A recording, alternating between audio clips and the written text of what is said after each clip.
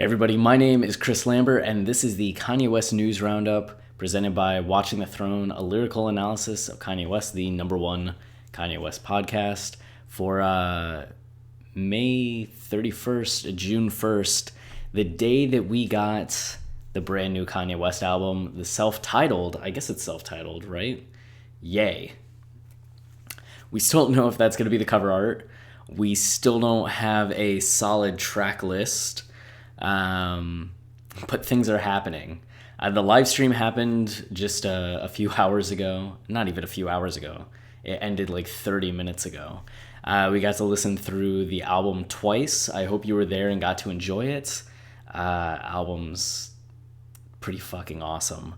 Though not anything what I expected. I don't know what I expected, and I think it's pretty absurd at this point to try to guess where Kanye is going to take an album. I do think it hit the postmodern levels that Travis and I expected it to hit. The comparisons to My Beautiful Dark Twisted Fantasy are interesting. That came from Malik Yusuf and a couple other people in the inner circle talking about how it's My Beautiful Dark Twisted Fantasy 2. And it's interesting that My Beautiful Dark Twisted Fantasy opens with the Nicki Minaj monologue, and this album closes out with Nicki Minaj on it and talks about the idea of growing up and not growing up. Like, let's bring that up real fast. Don't grow up in a hurry, which, I mean, to me that seems to capture so much of Kanye's discography, is that he was trying to become the superstar and grow up so fast, and what's left on the table when you do that, and what's left on the table when you're forced to grow up faster than you expect because of losing a parent. And I know when Kanye lost Donda, he was already in his 30s, right? Or maybe it just turned 30, so it's not quite the same thing. He was an adult, but at the same time there's still this idea of, I don't know, how you mature and the maturation process. And this album seems to get into a lot of that idea, which is something that I think he's touched on a bit tangentially, or at least not explicitly, in Yeezus and The Life of Pablo.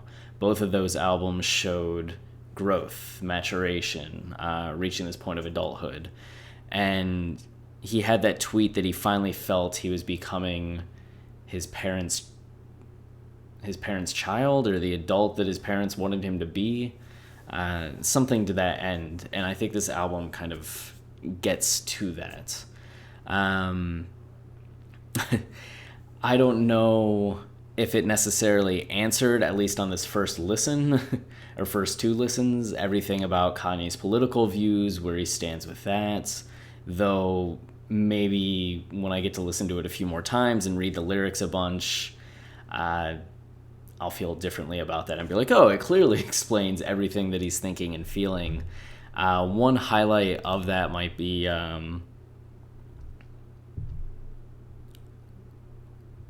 what is this? Not this one, but myself.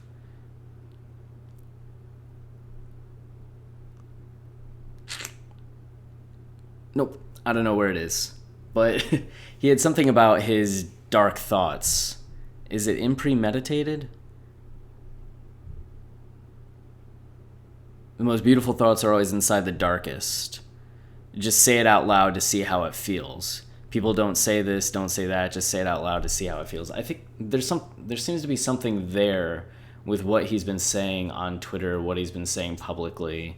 Like, you try it out, see how it feels, and see how you react. Like, if I were to say out loud, I fucking hate Kanye West. I can't fully say it. But if I tried to say out loud that I hate baseball, that doesn't feel right to me.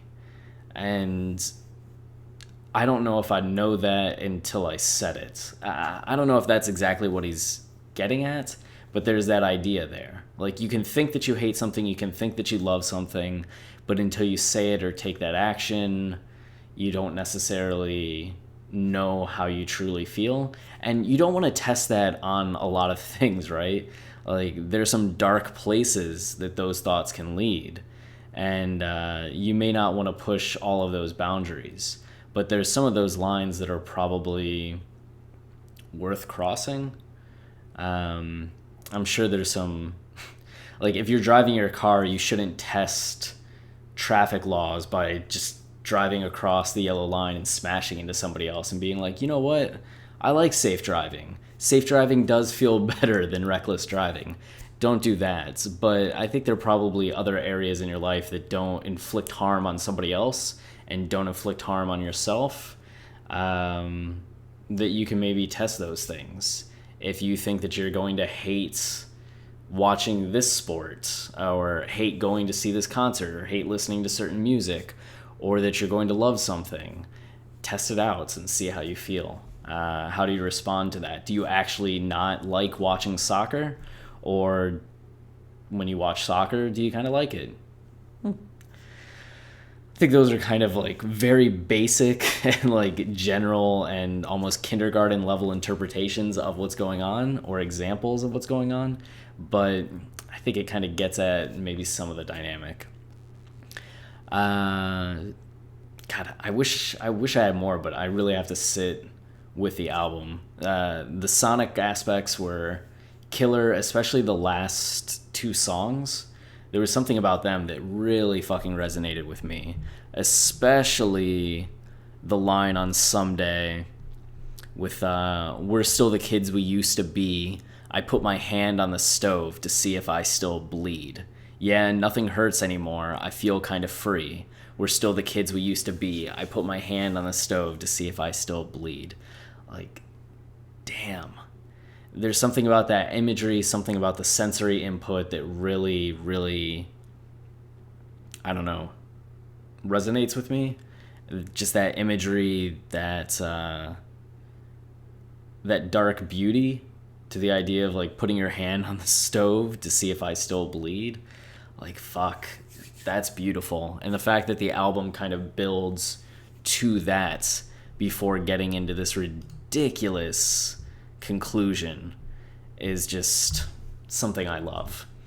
So I don't know. I'm excited that Travis and I are going to get into a conversation about the album tomorrow. We're going to be releasing that episode tomorrow.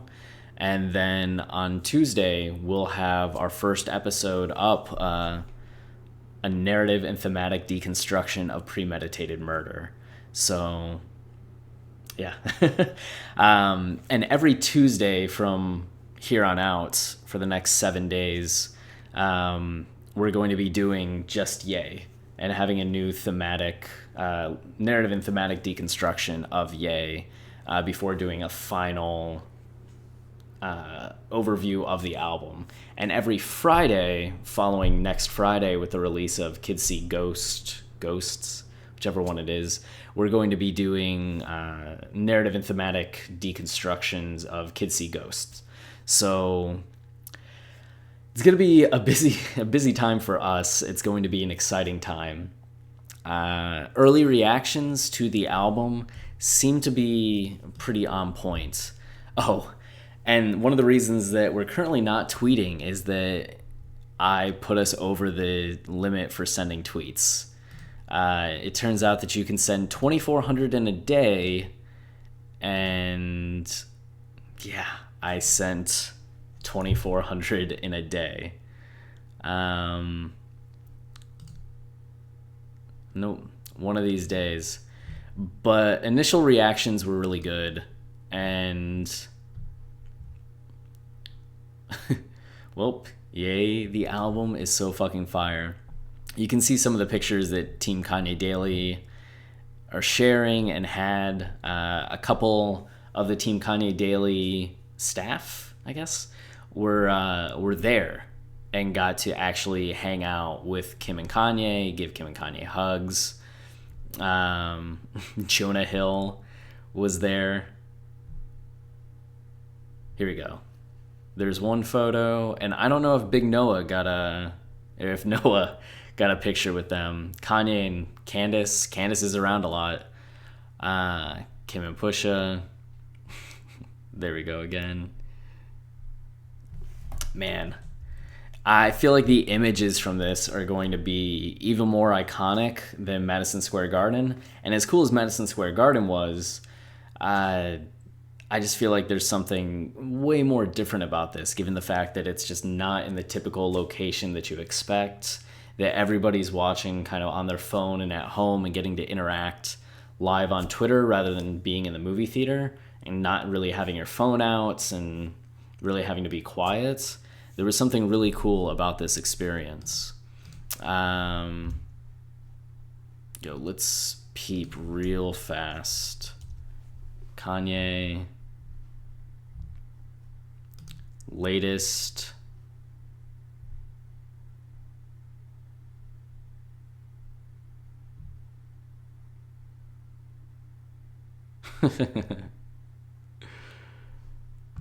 Oh, yeah, I will re-own and newly purchase every hard copy album by Kanye West. Kanye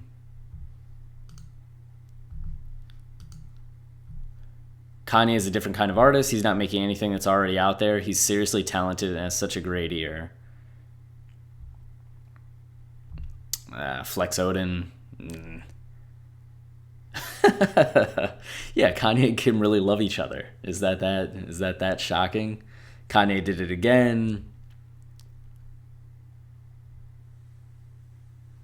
Kanye got us tearing up and shit. Masterpiece. I agree with Dell.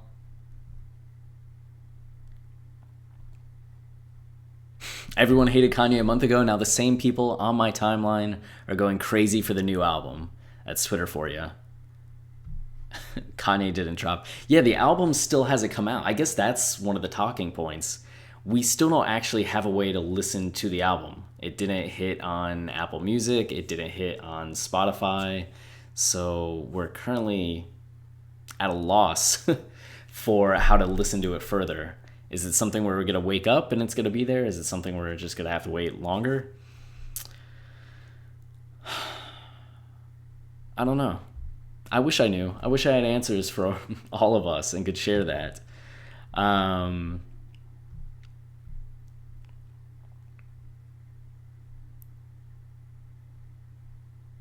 Damn, TC.